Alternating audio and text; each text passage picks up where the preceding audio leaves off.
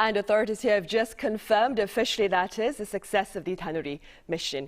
Well, that is the launch. Now, up next, we turn to a scholar in the field for her thoughts on South Korea's first step, that is, to its lunar expedition. I have Dr. Michelle HANLON at the Center for Air and Space Law at the University of Mississippi joining us live on the line. Dr. HANLON, it's a pleasure to have you back.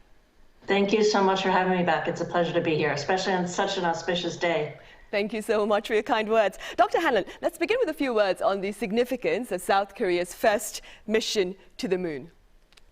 This is an incredible achievement. As the reporter noted, South Korea will only be the 7th nation to actually orbit the moon. You know, it joins China, Japan, the EU, India, Russia, and the United States in that feat. Of course, we did have also an Israeli mission that crash landed on the moon, but that is not going to happen in this case.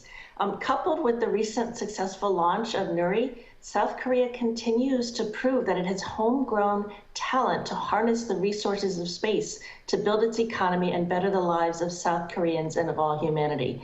I think just listening to your reporter explain the trajectories and the physics, you know, I'm just a lawyer, but I think the understanding and being able to figure out the algorithms and all of the propulsion and the fuel and the angles and create such a complex mission is just such an incredible achievement, and I applaud South Korea and the Korean Space Agency.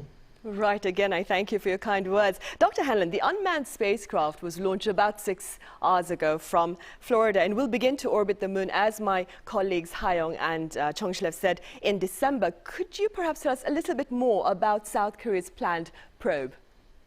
Absolutely. So it is going to take about 4 months to get there. And the reason, of course, was explained beautifully because we're going to save that propulsion so we can actually spend an entire year circling the moon.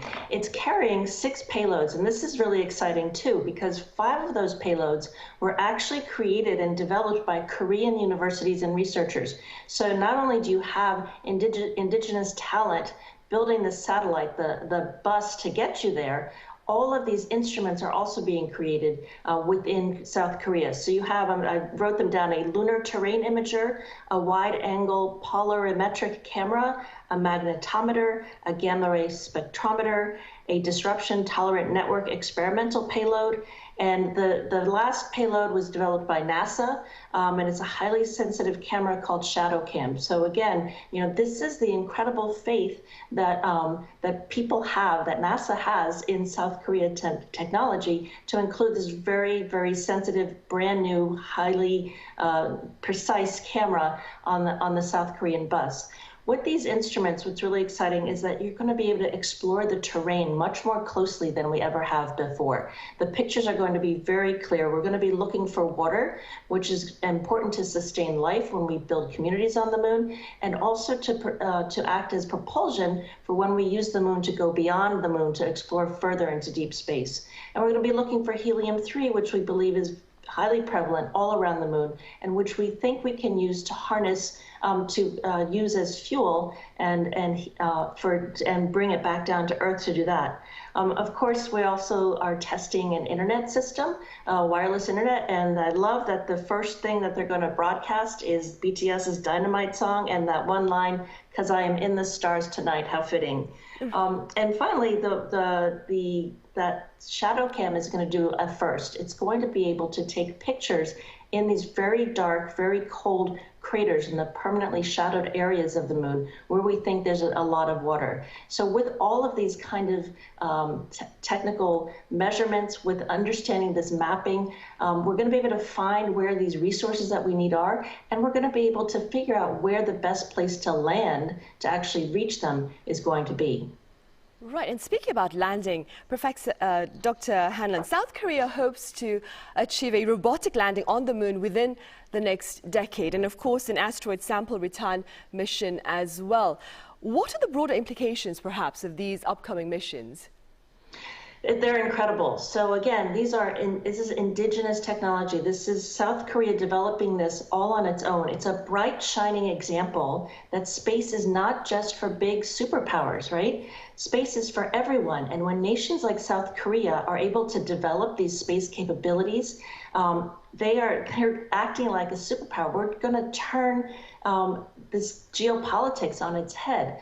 Being able to access the resources of space in an equal way, on an equal basis, is really going to change the calculus and the dynamic of how we relate to each other here on Earth. It's going to really upend our interpretation of political power and economic power. I mean, we can't understate how important this is to be able to see smaller countries like South Korea, put their minds to becoming a space power and harnessing that space economy and harnessing all of the resources of space to better not just itself and South Korea and South Korean people, but all of humanity.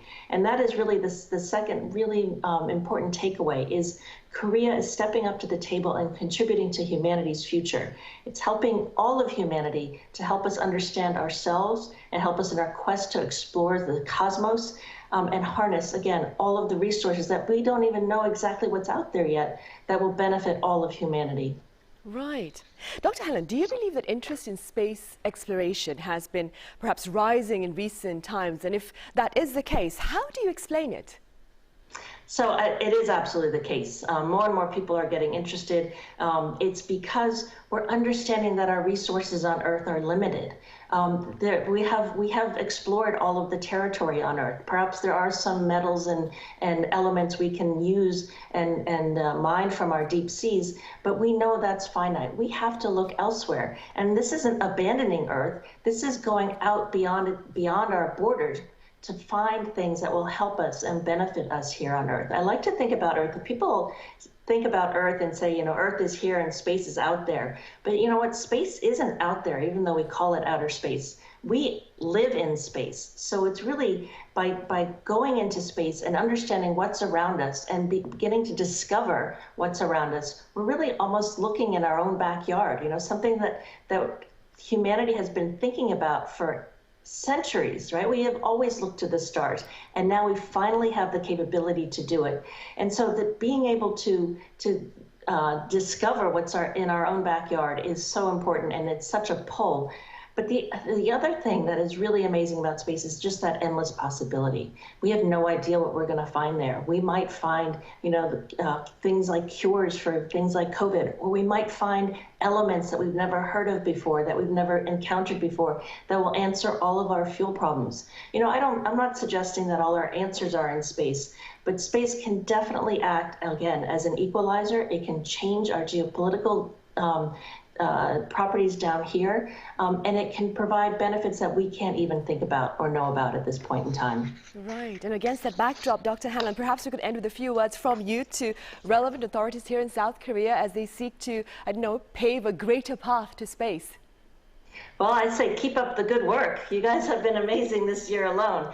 But I will say, the key to successful and sustainable space exploration is responsibility and cooperation. So I really encourage South Korea and the Korean Space Agency to continue to do what they're already doing. And that's to uphold the measures established by the United Nations to support the long-term sustainability of space activities. And also collaboration. The information that we receive from this mission, Danuri, is going to contribute its knowledge to the Artemis program and contribute to the U.S. Mission of putting the next human and the first woman on the moon. And so that collaboration is so important. And we really have to understand that we as humans will only succeed in space if we are able to rely upon each other. So again, keep up the good work, and I really look forward to see the pictures that you guys return.